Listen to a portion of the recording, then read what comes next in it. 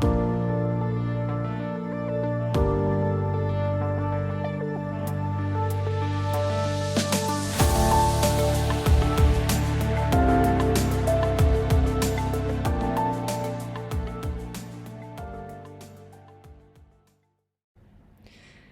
morning, good afternoon, good evening. Hello to wherever you are. Thank you for being here. I am Elvia Rowe, founder of AngelsTeach.com, and delighted to be taking this April journey with the angels with you. So grab your cup of tea. I got my Darjeeling here in my favorite new mug. It's birthday season. Mine was in March, and April is AngelsTeach's birthday. By the way, Rosie's in the room, so if you hear a little meowing, that's her. Anyway, so AngelsTeach is 15 years old this month, which is just like craziness. And you may have seen my blog article about it. But anyway, it's a time of celebration. And before we get to that, I do want to take a moment to really say a prayer for all those that are feeling oppressed, who are feeling any kind of experience that is scary, that is unsafe, perhaps violence, food insecurity, homelessness, just fear of the future, feeling silenced. So many feel silenced. Let us just take a moment before we begin to feel into seeing all of that resolved, praying to our angels and asking for that to be lifted, for those pains and those sorrows to be healed, that we may all feel safe and empowered to be our true divine selves. Blessed be. Thank you for doing that with me. So important to pause and really dig into prayer, even if it's just for a minute like that. Really shifts the energy, and you most likely felt that shift there. So in celebration of our birthday this month, I actually have launched 4 new cards on the AngelsTeach website, my online card picker there, which my whole thing is to do it with photographs, because my gig is, and what I really want to impart upon you, is to see the angels in everyday life, to really know that they are present with you every single step. And cards, I have card decks all over the place. They're awesome.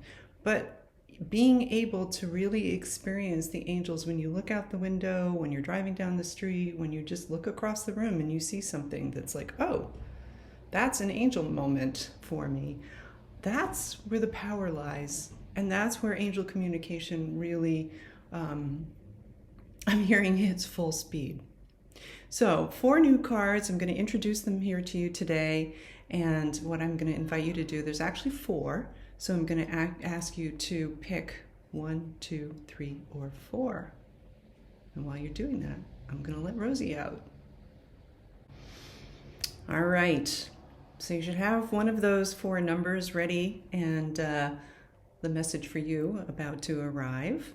For those of you who chose number 1, and I should say that all of these photos actually came from a trip that Peter and I took to Florida. We drove down in February and had a really wonderful time. And so all 4 of these photographs and these messages come from that particular trip. So for you number 1 folks, the card that came forward is community. And this tree with so many friends, there's a staghorn or elkhorn fern, there's bromeliads, there's other kinds of mosses on the other side. I think there's some kind of a lily like a clivia. But essentially this sacred sea grape tree is host to all kinds of plants. And it's teaching us that healthy communities are comprised not just of diversity, but of each unique entity playing its assigned divine role. When we do what we came here to do, whether that be as a leader, a host, or best supporting actor, we are a unit, we are community. This alignment yields a thriving and mutually beneficial living situation. So perhaps you don't see yourself as a vital member of community, and yet your angels are telling you right now that that is not true. You have important gifts to offer, and the angels are really beseeching you to foster community and offer your gifts. Now you may wonder how those two things are connected. And the truth of it is that your gifts can't be received unless you're in community with other people.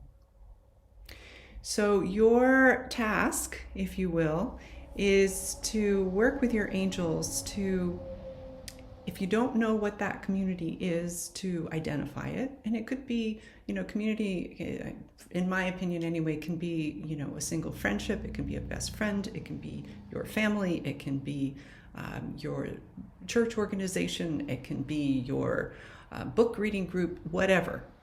Community is what it means to you. So what is community to you? How can you nurture it? By offering your gifts, because like this beautiful sea grape tree, you are a part of that community. And in order for that community to benefit from you being part of it, you really need to, you're being asked to step up with the gifts that you're here to offer. And I know so many people are like, I don't know what my gifts are. And the simplest answer to that question is just be you. Be your loving, authentic, true self. No masks, no filters, no holding back the love. And that's really a litmus test, is just being that loving you. Before we get to number 2, I just realized as I was finishing recording all of this that I actually used 2 of these images last month. I don't know, we had COVID in the house last week, so maybe my brain hasn't quite recovered from it yet. But I asked the angels, okay, so what do you want me to do? And they said to leave it. So this is like picking a card 2 days in a row. So if you got this card and this image, it wasn't a card then, because I have since added these to the website, as I mentioned. But if you're getting this image twice, this message twice, you got it before in the last video, and you're getting it again this time, there is so much emphasis on this particular message. So here you go, number 2, folks. All right. For you number 2 folks, this is your image. This was taken in Savannah, Georgia, one of my favorite places. I really want to go back there and spend more time. We were there for 2 nights, and it's just a magical, magical city. And so if you chose number 2, you are being called upon to shine your light in a way that you're struggling to see right now. That wrought iron fence that you'll see around the balcony indicates that whatever it is, you're closing your eyes in protection of your heart. So sometimes when we think we're protecting our hearts, we're actually perpetuating the ego story and the pain. And this is the case for you, number 2, folks. This is what your angels are suggesting to you. So your angels are telling you right now that it's okay to look and ask where you can shine your light more. The answer is not nearly as scary as you think, and this is actually kind of related to number 1, as I'm realizing now. So number 1 folks may be feeling some resonance with this, but look at the brilliant lights that are shining upon the windows and the street lamps that are showing the way. This is really saying that you are supported. And not only are you supported, you are needed. Like you are that lamppost lighting the way for people. So if this is something that is making you scratch your head, which I get if it is, What I suggest you do is to ask your angels, okay, so who do I need to shine the light for today? What am I being asked to do for someone today? And that's just probably going to come forward for most people as that first inclination. Oh, it must be Sally, first person you think of, or maybe it's your brother or your neighbor. Like, who is it that is really in need of your smile, your delight, your, I'm hearing your cookies. I'm not asking you guys to go bake cookies, but sometimes those simpler little gifts that really communicate the caring and our gestures from the heart mean so much. I'm a huge fan of random acts of kindness, and perhaps not necessarily so random, but I think that we can do so much in just an instant. It doesn't have to be something that's planned out. It doesn't have to be something that we train for. It's how we are in the world, how we show up for the people around us, and you are being called to be the light. Number 3, folks. So yes, the iguanas made an entrance last month too. There's a part of me, I admit, that I'm having like this little, really, angels? I'm doing these twice. It's all good though. Again, emphasis. And what I will say about the message for you, number 3, folks, that you're going to see in just a second, is that it took a while for me to get the message for this particular card. And it had a bunch of different iterations. And so that alone carries a message in and of itself. And so I invite you, if you chose number 3, to really allow the time you need to really process what your angels are suggesting, what it means to you to open to love. Here you go. Okay, number 3, folks.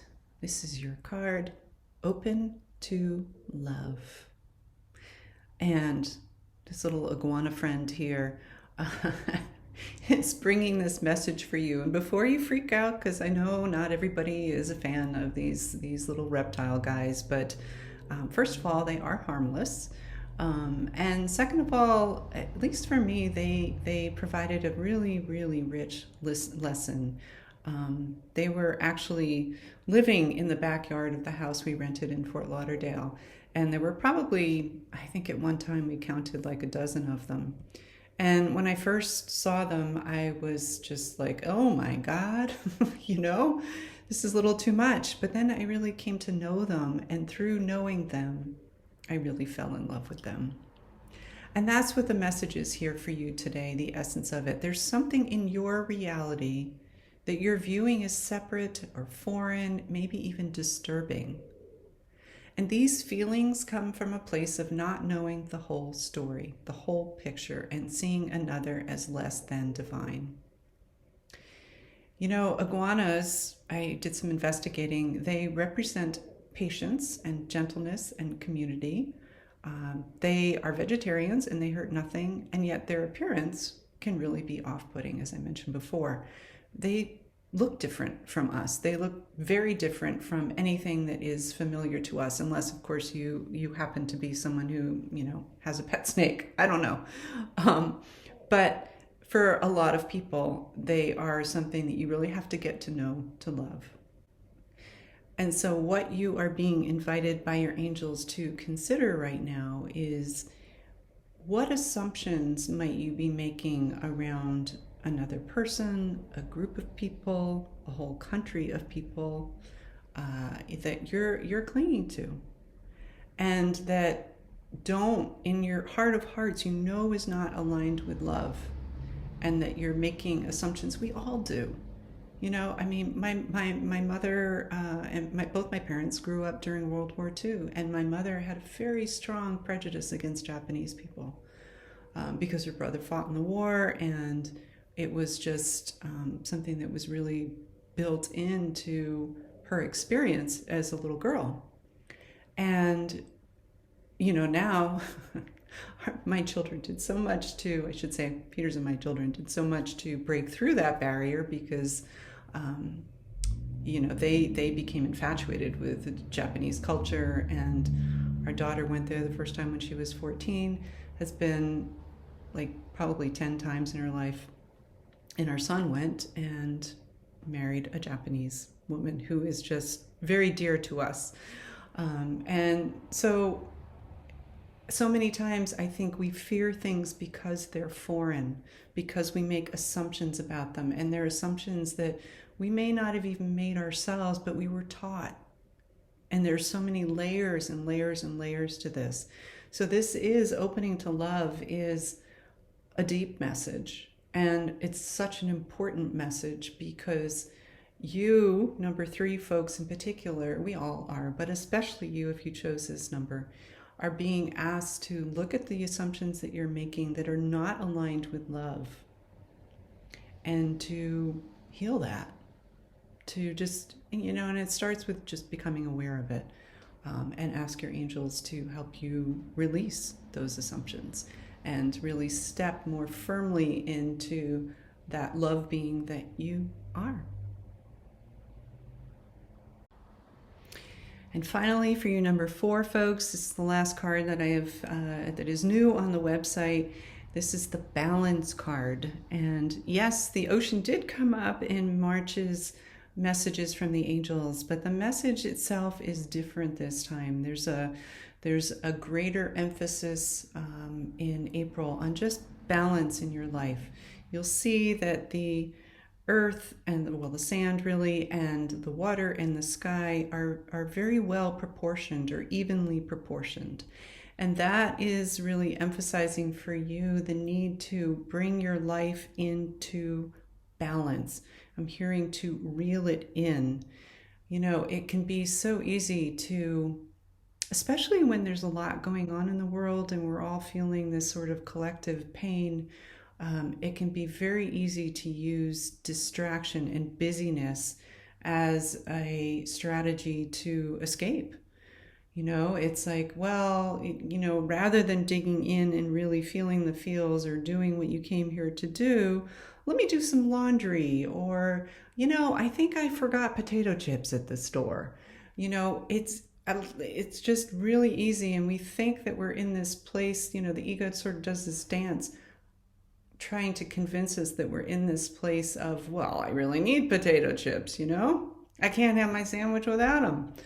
But it's really about looking at, and it's not just about distractions, it's anything that is really creating an imbalance in your life. And a really good way to bring balance into your life and to just even ground it in the moment is I've been doing this heart math training, heart-centered breathing.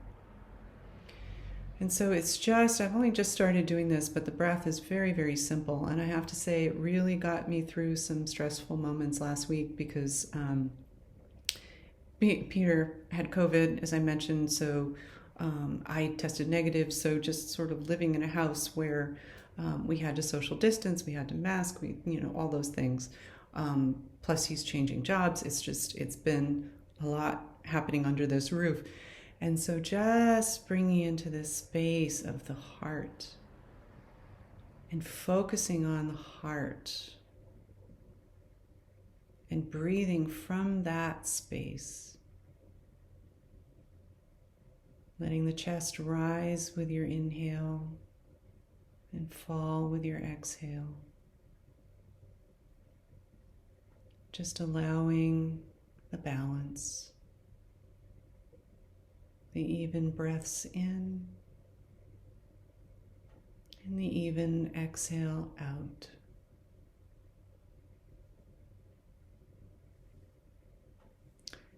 Just doing that, just giving yourself permission between meetings, when you get into the car, in the shower, while you're lying in bed, whenever.